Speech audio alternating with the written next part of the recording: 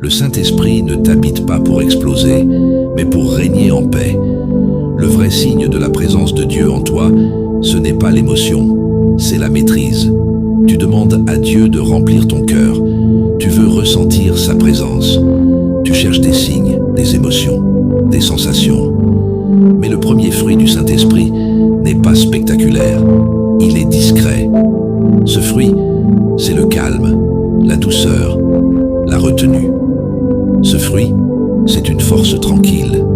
Tu peux parler de Jésus, chanter ses louanges, prier avec passion.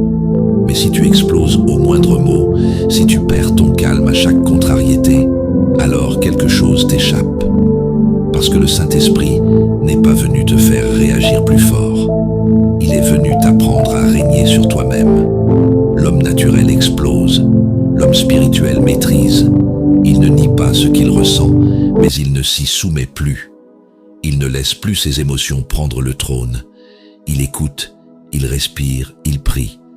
Il laisse l'Esprit Saint filtrer ce qui monte, et ce qu'il exprime alors devient paix. Il est écrit, mais le fruit de l'Esprit, c'est l'amour, la joie, la paix, la patience, la bonté, la bienveillance, la foi, la douceur, la maîtrise de soi. Lettre aux Galates, chapitre 5, verset 22. Ces qualités ne sont pas des options. Elles sont les signes visibles que Dieu habite vraiment en toi. Le monde valorise ceux qui s'imposent par la voix. Le ciel élève ceux qui dominent par la paix. Le monde applaudit la colère, juste. Mais Dieu regarde celui qui, dans le silence, refuse d'abandonner son calme pour une réaction charnelle. Tu n'as pas besoin de crier pour être fort. Tu n'as pas besoin d'exploser pour être entendu.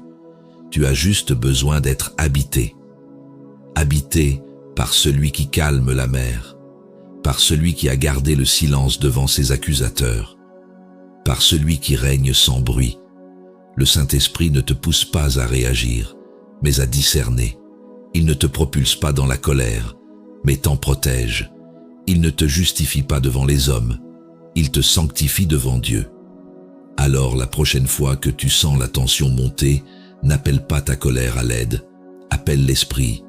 Dis simplement, Seigneur, remplis-moi maintenant, gouverne mes pensées, règne sur ma langue, calme mes tempêtes.